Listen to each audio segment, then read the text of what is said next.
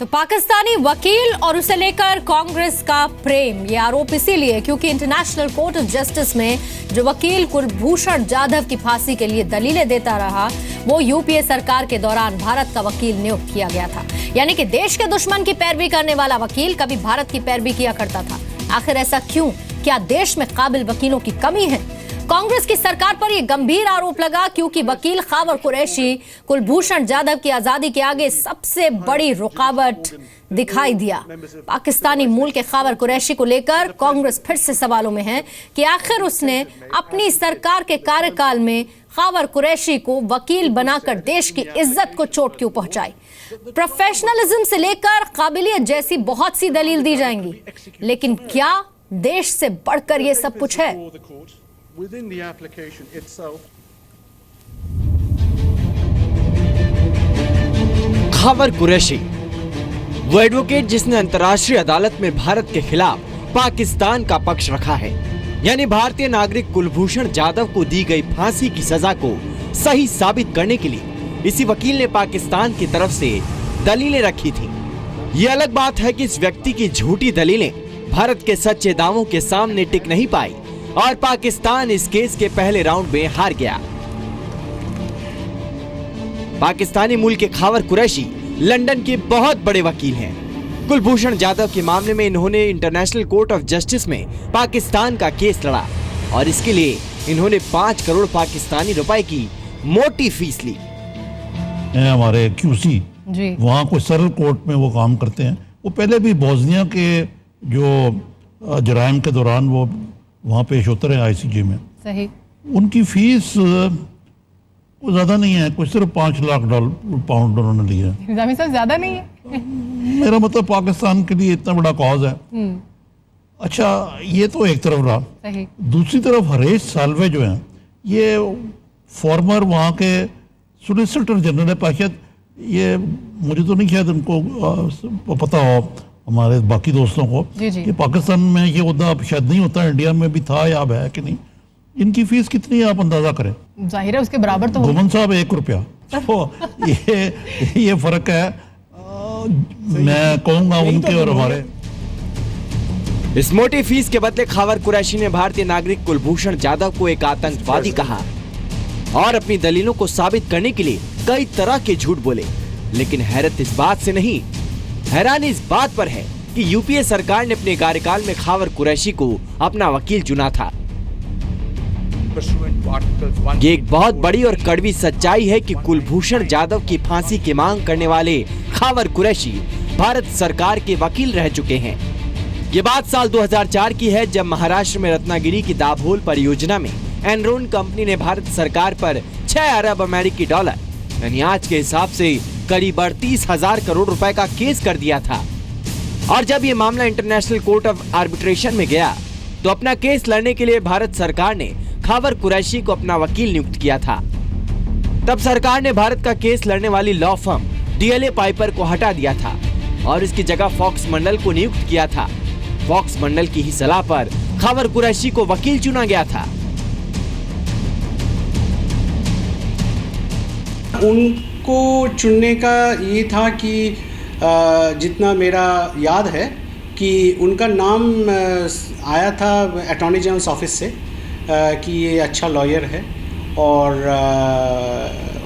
India का attorney general तब जो था मिस्टर मिलन बैनर्जी, उन्होंने उनको मीट किया था और कैम्ब्रिज से हावर कुरैशी पढ़ा हुआ है, मिस्टर बैनर्जी भी कैम्ब्रिज से था। मेरा ख्याल से उस वजह से कोई एक कॉमन ग्राउंड्स मिला था और लॉयर हिसाब से बहुत अच्छा नाम था और बायलैटरल इन्वेस्टमेंट ट्रीटी में काफ़ी काम किया था at that point of time. लेकिन खावर कुरैशी अंतर्राष्ट्रीय अदालत में भारत के लिए ये केस नहीं जीत पाए और मई 2005 में आईसीजे ने भारत सरकार के खिलाफ फैसला दिया। उस वक्त देश में कांग्रेस की सरकार थी और कांग्रेस पार्टी में तो बहुत बड़े वकील मौजूद हैं, कपिल सिब्बल, पी चिदम्बरम, सलमान खुर्शीद, अभिषेक मनु सिंघवी वगैरह वगैरह। तो फिर कांग्रेस ने अपने इन वरिष्ठ वकीलों को देश का पक्ष रखने के लिए क्यों नहीं भेजा? These kind of baseless allegations deserve to be ignored with the contempt which they deserve. Counsel who are independent barristers or senior counsel or QCs in England can be engaged, and frequently Indian lawyers are engaged by Pakistan. Frequently, Pakistani lawyers, not so frequently, but occasionally Pakistani lawyers are engaged by Indians. Professional engagement does not know any boundary. This was a boundary case because it involved two nations.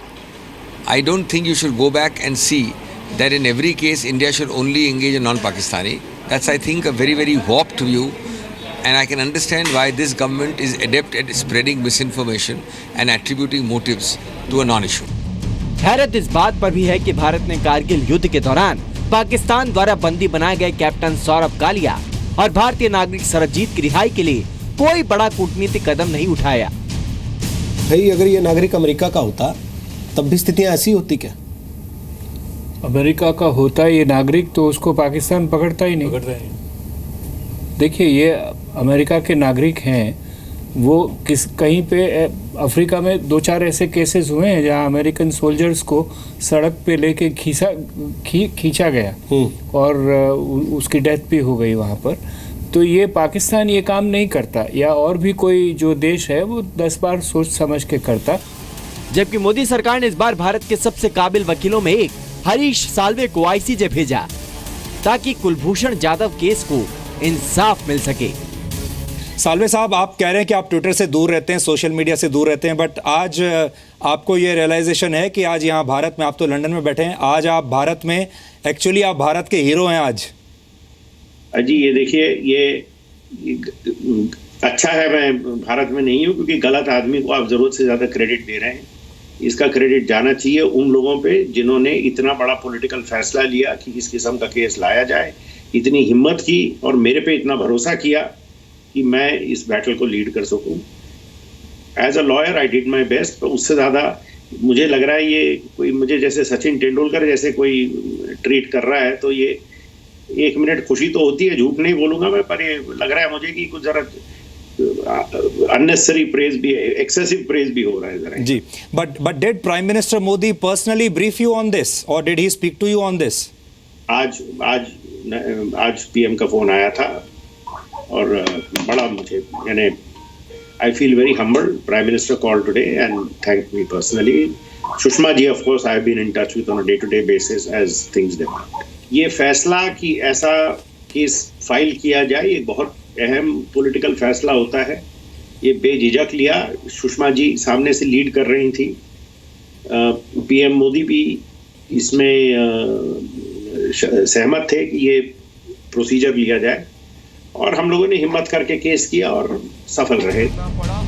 Pakistani media के मुताबिक खावर कुरैशी का चुनाव पाकिस्तान के विदेश मंत्रालय ने नहीं बल्कि वहाँ की सेना ने किया था, जो असल मायने में कुलभूषण जाधव को फांसी के तख्ते पर जल्दी से जल्दी पहुंचाना चाहती है।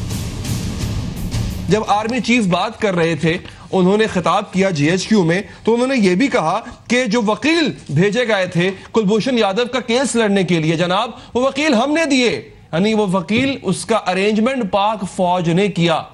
तो खबर यह है जनाब कि इसका अरेंजमेंट जो कि रियासत पाकिस्तान के उन इदारों ने करना था जो सिविल इदारे हैं, और बिलखुसूस प्राइम मिनिस्टर और दफ्तर खारजा ने वो नहीं कर पाए, या उन्होंने इतनी सुस्ती का इजहार किया इस पूरे अमल के दौरान कि बिलाखिर आर्मी को, बिलाखिर जीएचक्यू को वकील का अरेंजमेंट करना पड़ा। सवाल है कि जो वकील आईसीजे में भारत के खिलाफ झूठ का पुलिंदा पेश कर रहा था, उसकी सेवाएं यूपीए सरकार के कार्यकाल में क्यों ली गई थी? अगर किसी आतंकवादी हमले के बाद दो देश क्रिकेट खेलना बंद कर सकते हैं, अगर दोनों देशों के फिल्मी कलाकारों के काम करने पर रोक लग सकती है, तो फिर वकालत को इससे अलग कैसे रखा जा सकता है? क्या ये दोहरा चरित्र नहीं है, खास तौर पर जब देश की सुरक्षा और संप्रभुता दांव पर लगी हो? ब्यूरो रिपोर्ट, जी मीडिया।